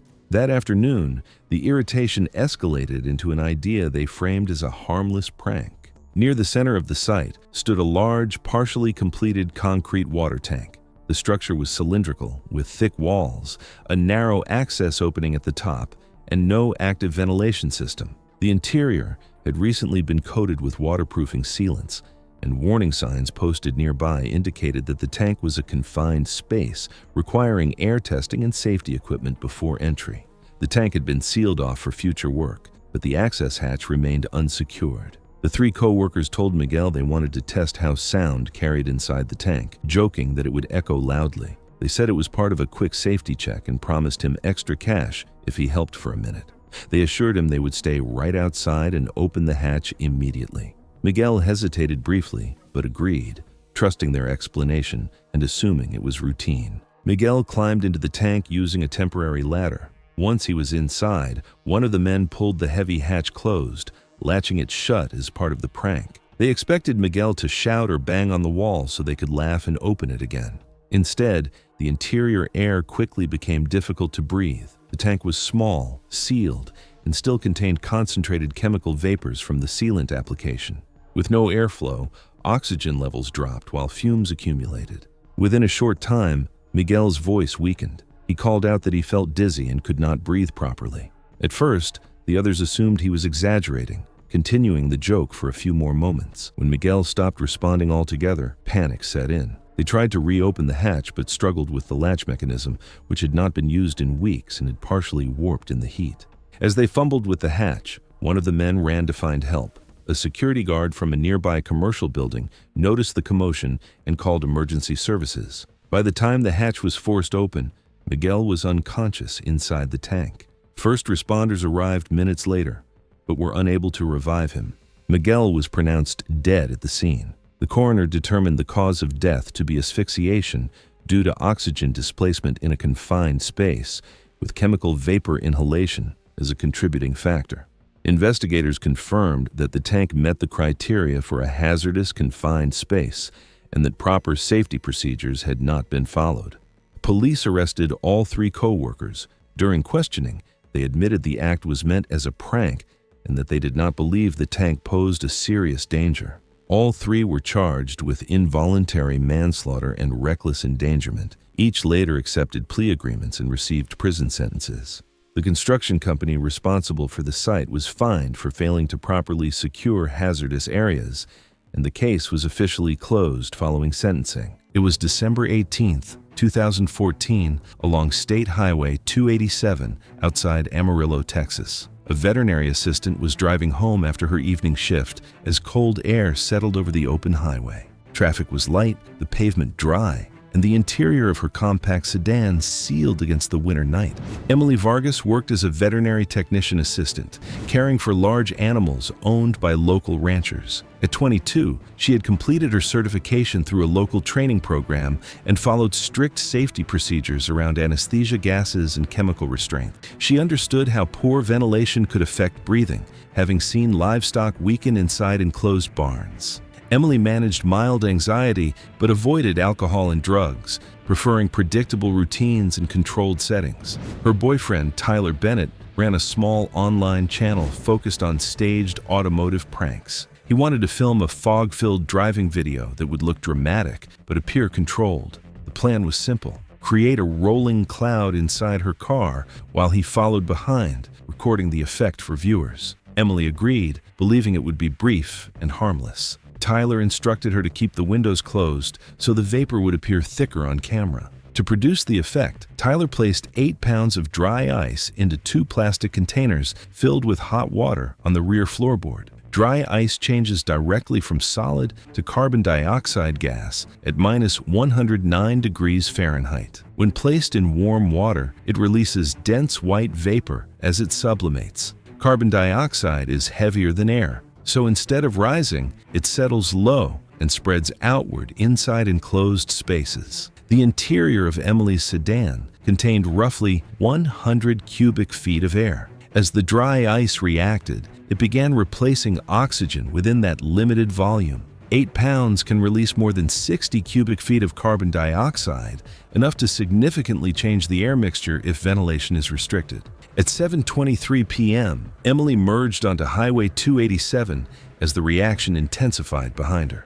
The fog first pooled along the floor, then crept upward to seat level. Tyler followed about 30 feet back, filming through his windshield. A small mounted camera inside Emily's car recorded the vapor rolling over the rear seats, drifting along the center console, and spreading across the dashboard. Within minutes, the haze partially obscured the instrument panel. Although vehicles are not airtight, closed vents and cool outside air reduce circulation, allowing carbon dioxide to build faster than it dispersed. By 7:26 p.m., Emily sent a message saying the fog was making it harder to see. Carbon dioxide at increasing levels can cause dizziness, headache, and slowed reaction time without producing a strong, choking sensation.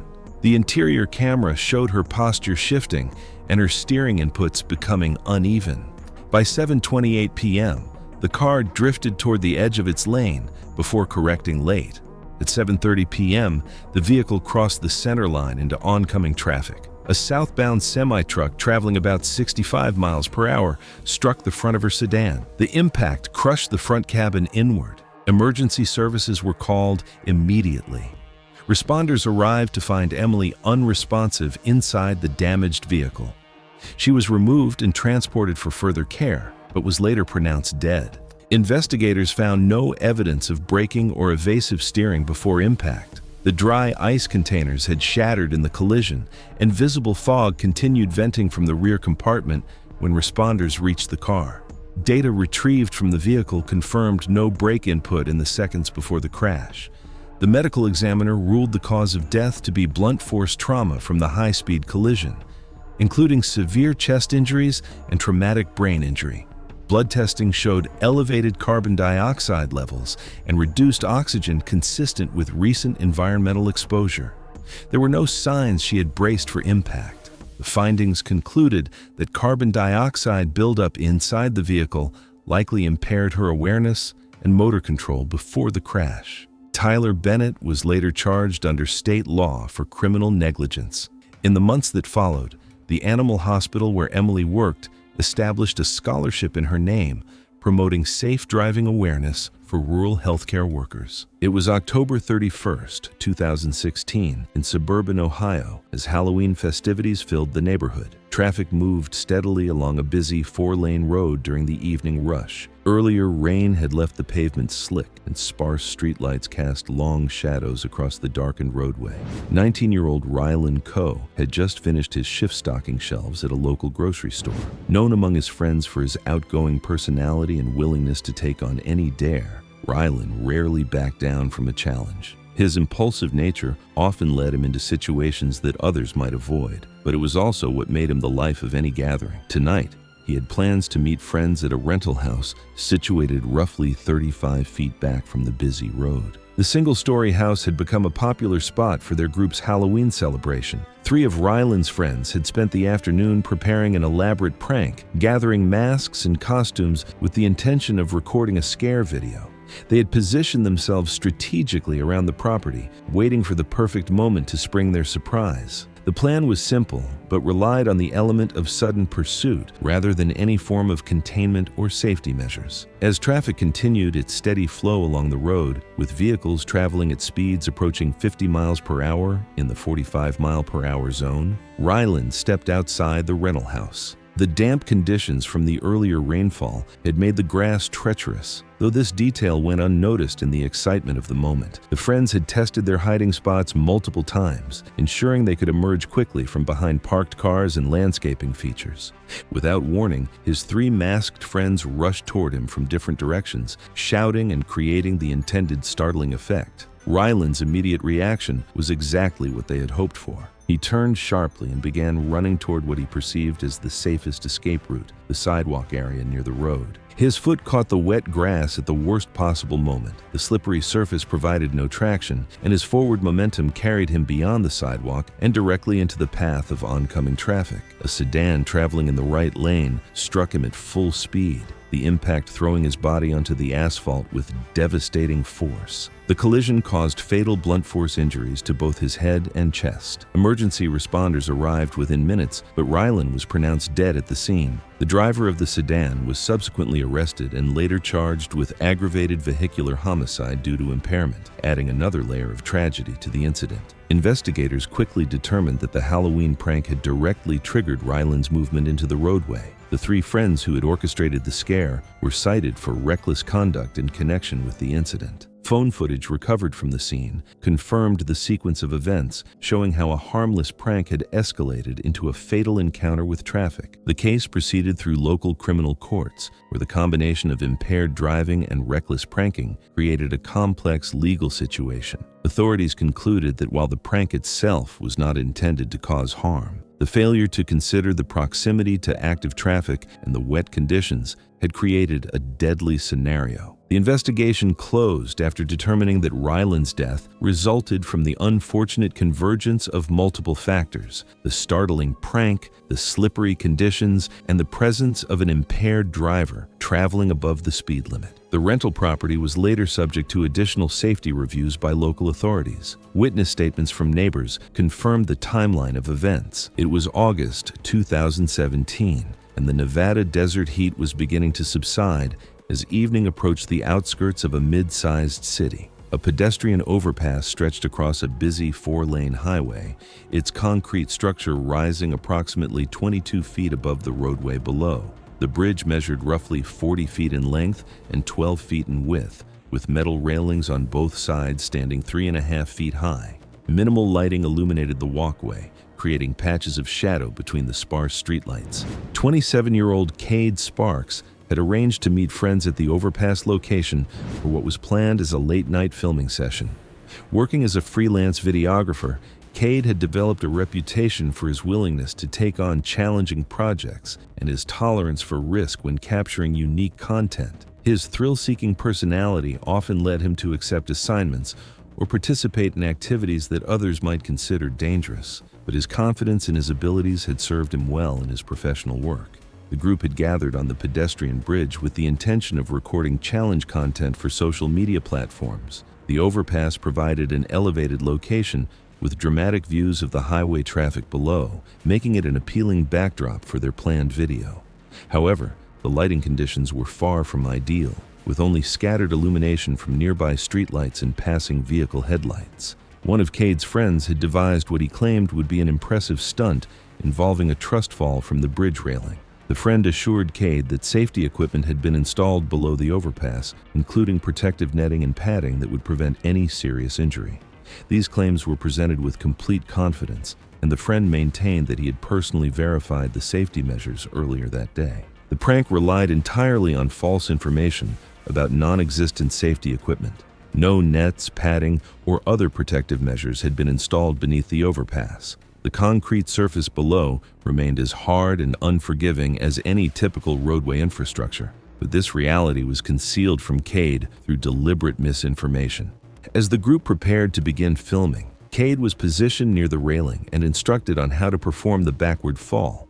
The friend continued to provide reassurances about the safety equipment, maintaining the deception even as Cade prepared to step over the barrier. The camera was positioned to capture what was expected to be a dramatic, but safe stunt.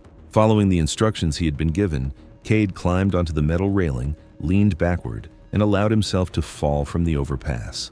The 22-foot drop provided no opportunity for recovery or course correction once he had committed to the action. His body struck the concrete surface below with devastating impact. The fall resulted in severe spinal injuries and massive internal trauma from the collision with the unyielding pavement. The force of the impact was concentrated on his back and head, causing injuries that were immediately life-threatening. Emergency services were called by witnesses who had observed the fall from nearby locations. Paramedics arrived and transported Cade to a local hospital in critical condition, but the extent of his injuries proved insurmountable.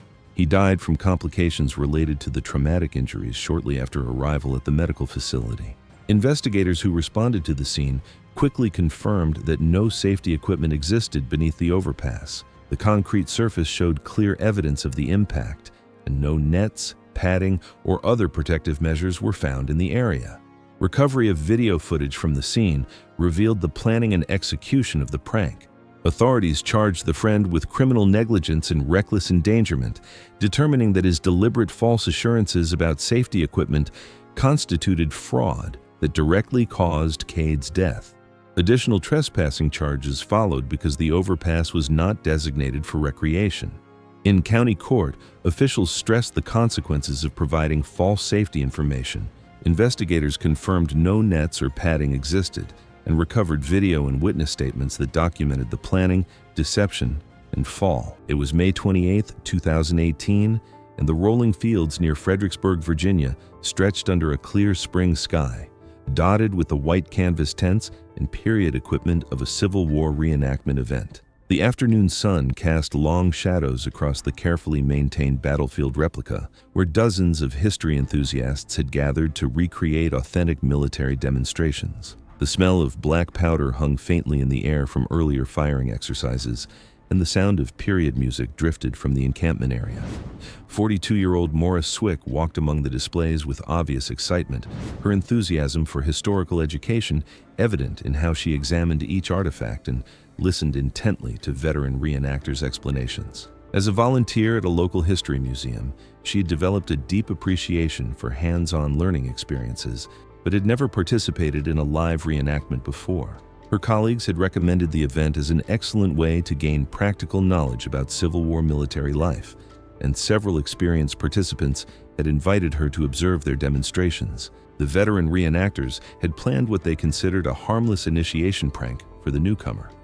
They intended to stage a fake accidental musket discharge near Mora, expecting to capture her startled reaction on camera while demonstrating the realistic nature of their hobby. The plan seemed straightforward enough, using a black powder replica musket loaded with a blank charge to create the dramatic sound and smoke effect without any actual projectile. However, the weapon had been placed on the ground earlier during setup, and due to the rushed preparation by an inexperienced participant, a small pebble had lodged unnoticed in the barrel opening. The rocky field conditions and casual handling of equipment during the day's activities made such contamination a predictable risk, though none of the pranksters considered this possibility while preparing the staged incident. The musket was loaded with a standard blank charge without inspecting the barrel interior. Mora was positioned approximately 10 feet away from the firing point, a distance the pranksters believed would provide dramatic effect while maintaining complete safety. The safety briefing she had received earlier made no mention of the planned staged incident, leaving her unaware of what was about to occur.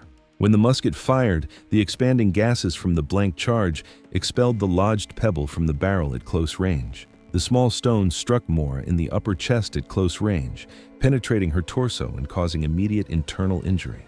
She collapsed immediately upon impact, and the observers initially assumed her dramatic fall was an exaggerated reaction to the loud discharge, exactly the type of response they had hoped to capture. The realization that something had gone seriously wrong came when Mora remained motionless on the ground. Her breathing became shallow and irregular as internal bleeding progressed rapidly from the penetrating trauma. The pebble had caused significant damage to vital structures in her chest cavity, creating injuries that were not immediately visible from the outside. Emergency responders were called when it became clear that Mora was not responding normally.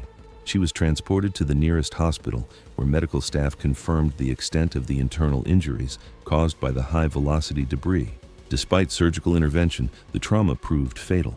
The medical examiner determined that death resulted from penetrating chest trauma caused by debris propelled from a blank cartridge discharge. Investigators documented the failure to inspect the musket barrel before loading and the unsafe positioning of an uninformed participant during the staged prank.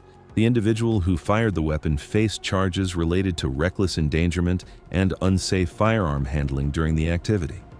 The incident highlighted the dangerous misconception that blank ammunition is inherently safe. Even without traditional projectiles, blank charges generate sufficient force to propel foreign objects at lethal velocities. The case demonstrated how seemingly harmless pranks involving firearms could have fatal consequences when basic safety protocols were ignored. It was February 6, 2018, just after 10:30 p.m., in a second-floor apartment in Riverside, California. Most of the building was quiet for the night. Lights were off in nearby units, and the parking lot below was mostly empty. Michael Harper was 36 years old. He worked as an operations manager for a regional logistics company. Friends described him as organized and practical, but sometimes unaware of how his jokes landed. He had been married to Emily for 7 years. Their relationship had been strained by work schedules and money concerns, but there was no history of violence, threats, or police involvement. That day was their wedding anniversary. Michael wanted to surprise Emily when she got home from work. Earlier in the evening, he cooked dinner. After preparing the food, he left a chef's knife on the kitchen counter, planning to clean it later. Michael had ordered a cheap wig online days earlier. His idea was to stage a prank that would make Emily think he was in bed with someone else, then reveal it as a joke. He did not discuss the plan with anyone and did not consider how someone might react before understanding what they were seeing. In the bedroom, Michael arranged pillows under the blankets to resemble two people. He placed the wig on one pillow so the hair spilled over the edge. He left the room, lights off. From the doorway, the scene looked convincing. Michael then hid in the bathroom to wait. Emily arrived home shortly after 10:30 p.m. She entered quietly, assuming Michael might already be asleep. The apartment lights were dim. Dinner sat on the stove. She walked toward the bedroom without turning on the hallway light. From the doorway, she saw two shapes under the covers. One was on Michael's side of the bed. The other appeared to have long hair. There was no movement and no explanation. Investigators later stated that Emily's reaction was consistent with an acute stress response, triggered by what she believed she was seeing in the dark. Within seconds, Emily turned and went back to the kitchen. Her movements were automatic and unplanned. The knife Michael had left on the counter was still there. She picked it up and returned to the bedroom without turning on the lights. She did not call out or turn on the light. Michael heard her enter but did not react in time. He was still waiting to reveal the prank. Emily stabbed once through the sheets into Michael's chest. The blade went in deep, passing between the ribs and damaging a major blood vessel near the heart, causing immediate and massive internal bleeding. Michael sat up briefly as the pillows collapsed and the wig fell to the floor, revealing the setup. Blood spread quickly through the sheets. He then lost consciousness and fell backward onto the mattress. Medical examiners later confirmed that the blood loss would have caused him to black out within seconds. Emily realized something was wrong. She dropped the knife and pulled back the bedding, trying to stop the bleeding. The wound could not be controlled. Emergency services were contacted. Paramedics arrived to find Michael unresponsive and without a pulse. Resuscitation efforts were attempted, but were unsuccessful. He was pronounced dead at the apartment. Police documented the staged bed, pillows, and wig. The knife was recovered beside the bed. There were no signs of a struggle beyond the single wound. Neighbors reported no shouting or argument before the incident. An autopsy confirmed the cause of death as a single penetrating chest wound causing rapid hemorrhage. There were no defensive injuries and no other trauma. The medical examiner concluded that death occurred very quickly. The death was ruled a homicide, with investigators identifying the staged prank as the triggering event rather than an act of premeditated violence. There was no evidence of intent to kill and no prior history of violence. Court records noted that the staged prank created a foreseeable risk, while expert testimony explained how sudden shock can override judgment. The case was prosecuted as a homicide without premeditation. Court findings noted the absence of intent and the role of the staged prank in the fatal sequence. The apartment was later re-rented, and the wig and pillows were destroyed after evidence processing. It was September 12, 2019, in a shared apartment near downtown Phoenix. 3 college roommates had just purchased an oversized vacuum storage bag for a planned livestream stunt. The living room was quiet, windows closed against the late summer heat, with cameras positioned and household appliances ready for recording. One of them was Ethan Morales, 23 years old. He worked part-time as an EMT student while completing his paramedic coursework. He had recently passed advanced CPR certification and stayed in good shape through regular gym workouts. Classmates described him as steady during simulations and careful with procedure. He lived with 2 roommates who ran a mid-level gaming livestream channel and sometimes included him in their videos to boost views. Ethan often slept heavily after long clinical shifts. His roommates had filmed small pranks before, using shaving cream or loud alarms while he slept. The oversized vacuum storage bag they bought measured about 6 feet by 4 feet and was designed to compress blankets with a household vacuum. These bags do not crush what's inside, but once air is removed, normal air pressure presses the plastic tightly around the contents. The idea was for Ethan to climb inside the bag and pretend to sleep while they shrank it for visual effect. That evening, however, he drank several beers after a long hospital rotation and fell asleep before filming started. Instead of postponing the plan, they placed him inside the bag while he remained unconscious and sealed the zipper. A plastic drinking straw was left near the opening as a small air passage. The setup was recorded before activation, and the live stream continued as the vacuum process began. At 11:43 p.m., with fewer than 50 viewers online, they connected a household vacuum to the bag's valve and turned it on. As air was removed, the plastic tightened evenly around Ethan's body. Within about 90 seconds, it pressed firmly against his chest and abdomen, shaping to his frame. The straw bent under the pressure of the folding plastic, narrowing the path for air to pass through. For the next 2 minutes, Ethan lay motionless inside the compressed plastic. As oxygen in the sealed space declined and carbon dioxide accumulated, his breathing pattern changed from steady to faint and irregular. The plastic tightened evenly across his chest and abdomen, pressing inward with constant atmospheric pressure. Each attempt to inhale required his ribcage to expand outward, but the bag resisted that movement. The live stream showed only small movements beneath the clear plastic as his chest rose less and less with each breath. Comments began appearing rapidly, noting that his color looked different and that his body seemed too still. Around 11:47 p.m., Ethan's eyes opened abruptly. He began shifting his shoulders and twisting his torso, attempting to draw in air. The plastic clung tightly to his ribcage, limiting expansion. His movements grew more urgent but lacked coordination. The recording captured shallow, rapid attempts to breathe that failed to produce full chest rise. Within minutes, his motion slowed again, becoming weak and then minimal. Viewers repeatedly urged the stream to stop. At 11:52 p.m., the bag was cut open when it became clear he was not responding. He was unresponsive and breathing ineffectively. Emergency services were contacted immediately. Responders arrived within minutes, initiated CPR, and transported him for advanced resuscitation. He was later pronounced dead. The coroner's report determined the cause of death was mechanical asphyxia from external restriction of chest movement inside a sealed plastic enclosure. There were no blunt injuries. Small pinpoint hemorrhages in the eyes were consistent with oxygen deprivation. Toxicology showed a blood alcohol level of 0.11%, which can impair awareness but is not fatal on its own. Both roommates were charged with manslaughter under Arizona law. The recorded video, captured both before the compression and during the vacuum process, became primary evidence in court. The case was later referenced in EMT ethics training, reinforcing that breathing depends not only on open airways, but also on the chest's ability to expand freely. It was June 15, 2016, in a quiet suburban neighborhood in Phoenix, Arizona. The evening temperature was still 89 degrees even after sunset, and most residents had their windows closed and air conditioning running to escape the desert heat. Victor Martin was 39 years old and had been unemployed for 6 months after his accounting firm downsized and eliminated his position. He lived alone in his deceased mother's house, struggling to pay the mortgage with his rapidly dwindling savings account.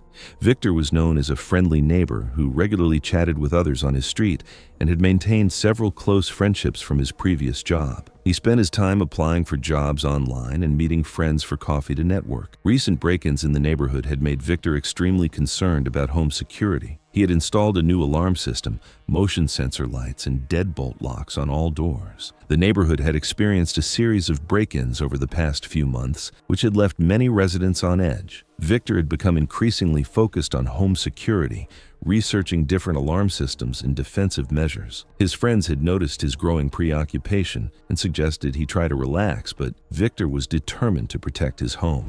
His neighbor's son, 24-year-old Jackson, had been watching Victor's security routines for several weeks. Jackson lived next door with his parents and often saw Victor checking his locks and peering through windows at night. Jackson had been drinking more frequently since losing his restaurant job 2 weeks earlier and wanted to take out his frustrations on someone he saw as an easy target. Jackson recruited 2 of his friends, both 22 years old, to help him stage what they believed would be a harmless but realistic home invasion prank meant only to scare Victor. Their plan was to shut off the power to Victor's house by flipping the exterior breaker switch, make noise outside his windows, and then reveal it was all a joke after scaring him sufficiently.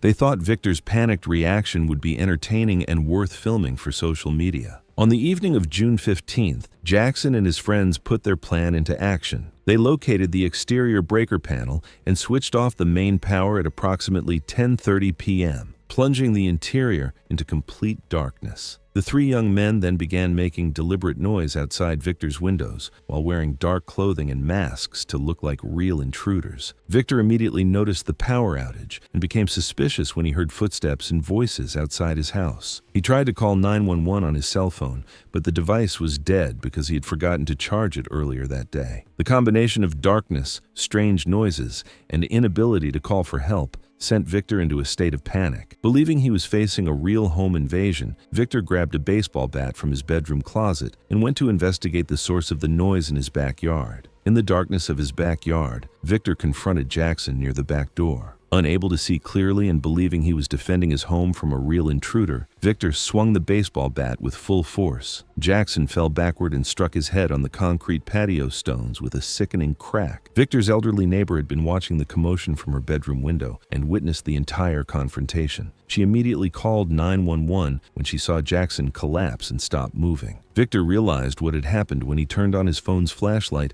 and saw Jackson's face beneath the mask. Jackson died from severe head trauma caused by the impact with the concrete. Victor was taken into custody for questioning, but was released after police reviewed the evidence and determined he had acted in lawful self-defense during what he reasonably believed was an active home invasion. The county attorney declined to file charges, and investigators concluded that the staged home invasion prank directly created the conditions that led to Jackson's death, despite Victor acting in lawful self-defense.